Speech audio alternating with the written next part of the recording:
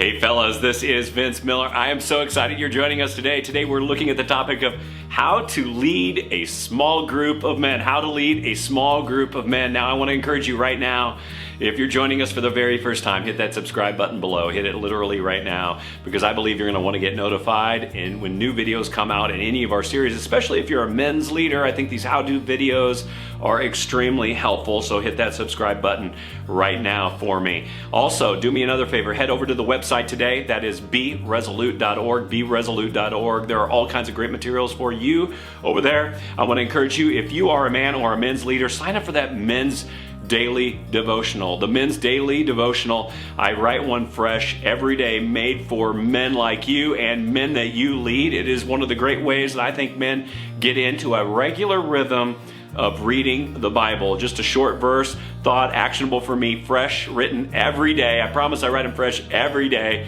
So I want to encourage you to sign up for that today. And with that, let's dive into our message, how to lead a small group of men.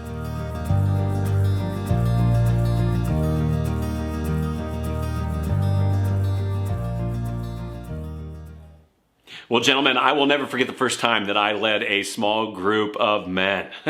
Leading that group was perhaps the most exhilarating experience of my life. I remember the anticipation of considering who I was going to invite, what we were going to study, and even this nervousness of wondering how these men might interact was a thrilling leadership moment for me. And I tell you, that was well over 30 years ago that I led my first group.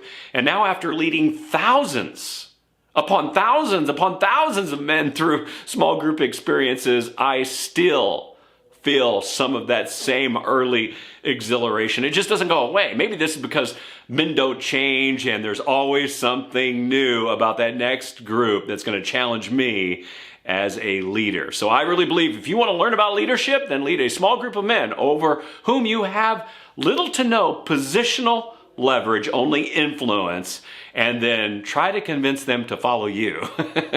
Well, as the founder and leader of my own nonprofit organization entitled Resolute, I will tell you that leading a small group is just as challenging as starting and running your own business or ministry. How about that for leadership training?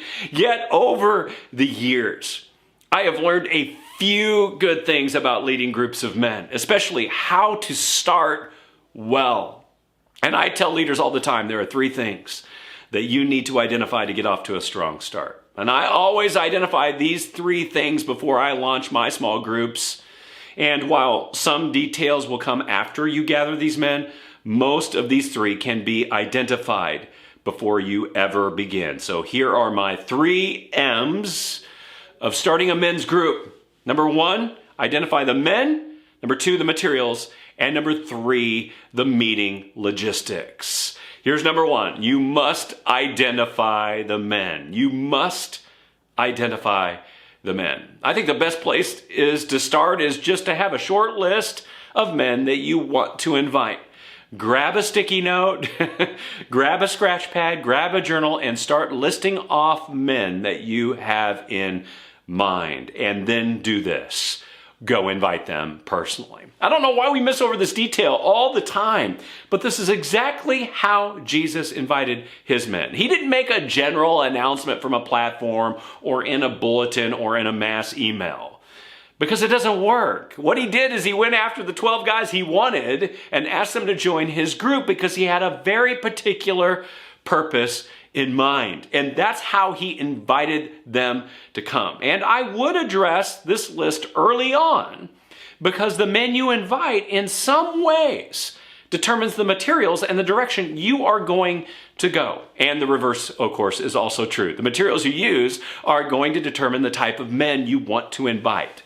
Let me give you an example or two. For example, if you are leading and mentoring men through kind of life stage material, then the life stage materials are going to become the focus, and this is going to help you to decide what type of men you want to invite. Or if you're working with men who might be young in their faith, therefore you're looking for curriculum that has a discipleship focus, this too is going to decide the type of men that you're going to invite. Or let's say you're going to gather men for a service-based small group.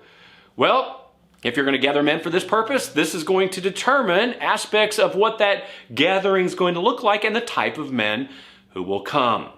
So first, you must identify your men, go after them, and invite them, because this will determine your direction. Number two, you must identify the materials, of course. You must identify the materials. For some reason, when men are invited to come to a group, they kind of want to understand how it's going to function and what its purpose and mission is. And this is where material and group function, I believe, come together. At this point, it's important to note that there are all kinds of materials that you could use and all kinds of functions for a small group. But I believe that the type of materials that you use are going to influence the type and dynamics within that small group. So as a group leader myself, I got to tell you, you got to be careful about what you choose, because men will actually opt in and opt out, and that's okay, based upon the dynamics actually set by the materials. And as a person myself who has utilized and written all kinds of men's content, I can tell you that there are only a few general categories of which small group materials will fall into. So I want to give you a few right now. The first type of material is what I call care and support group material. Now, these types of groups use care as a focus and usually center around an area of pain in life. Let me give you some examples. For example, like a grieving parent group would be an example, or an armed services group, or financial peace university groups and divorce care groups and celebrate recovery groups, right? Each one of these groups and their materials are there to provide mutual support for people going through a season of challenge or pain in their life, right? Therefore, these materials determine the type of people or men that you're going to invite to your group. Now, these materials are vast, but they usually have a support or care focus. Thus, they determine the type of men you might want to identify, right? The second type of materials I call study group materials. Study group materials.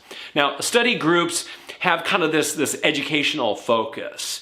They usually lead people through tracks or semesters or seasons, and they focus on comprehension of biblical content, kind of with an educational format.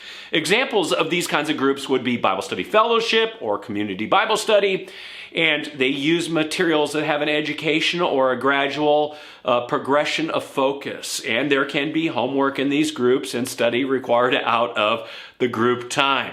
If you're hungry for education, then a focus like this might work for your group, right? But it's going to determine the type of people you invite as well.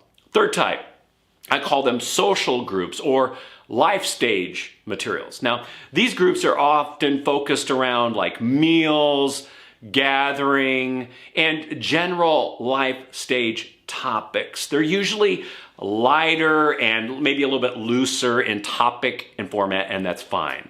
But for people that are looking for friends, this is where they're going to find it. They're not going to find a ton of homework. It's going to be light on content, and they're going to like this approach because they can kind of sound out their thoughts and their feelings. They can share prayer requests, but they're not necessarily diving into a bunch of deep Christian content, working through curriculum, or focused on necessary thematic pain, right? Now, this requires you to do a little bit more prep when it comes to kind of group discussion and questions, but it's a little bit more casual and community oriented. And finally, number 4, I call them discipleship groups. Discipleship groups. Now, I base a lot of my content around discipleship. Discipleship groups are typically centered on a process and missional living. They shine a focus on the gospel, the teaching of Jesus, and the responsibility we have as a group to the church and to the world. Now, they can be very general in focus, but they do tend to be less focused on life stage and more focused on taking the gospel to the world, on replication, right? And for someone who's hungry for the gospel and living it out, well, they usually enjoy these types of groups. Now, I want to say this though. There is no right or wrong approach. I really don't believe that there is. The materials are going to help you to focus the group type, but they're accentuating this one factor. It's a predominant factor on group time. Not that one is better than other, but that we're getting together around this, God's word and God's mission in this world, right? And remember, your leadership through this time actually makes all the difference. Third, you need to identify the meeting location. You need to identify the meeting location. You need to pinpoint when and where you are going to meet. Now, this is where now our mission and our men and our materials are now going to all focus down on a few logistical items. Logistically, some leaders will want to accommodate everyone. I understand when it comes to when and where, but this is never possible. You're never going to be able to accommodate all the men that you want to invite to the same time and same location. It just doesn't work. It just doesn't work. So this is why I would tell you to early on determine when and where you can meet. You, the leader. If you can get there at a certain time and location, then just invite people to it. Because if it works for you, then that's the most important person it should work for. And then it works out easiest for you. So here's how I say it. You got to determine when you're going to meet, the time frame, and where you're going to meet, the location. Nail that down and you're ready to go. So there you have it. The three essentials of leading a group: men, materials, and meeting time and location. So guys, here's how I want to conclude. What are you waiting for? Go for it. If you're looking for material, call me up. Send me an email. Shoot me a text. I'm happy to point you to something that might fit for you. Of course, over at the website at beresolute.org, we have all kinds of material that might help you out. But I would love to be a service to you if you need help getting going or even pray for you. And with that, fellas, I love you. And as always, live all in for Him who lived all in for you.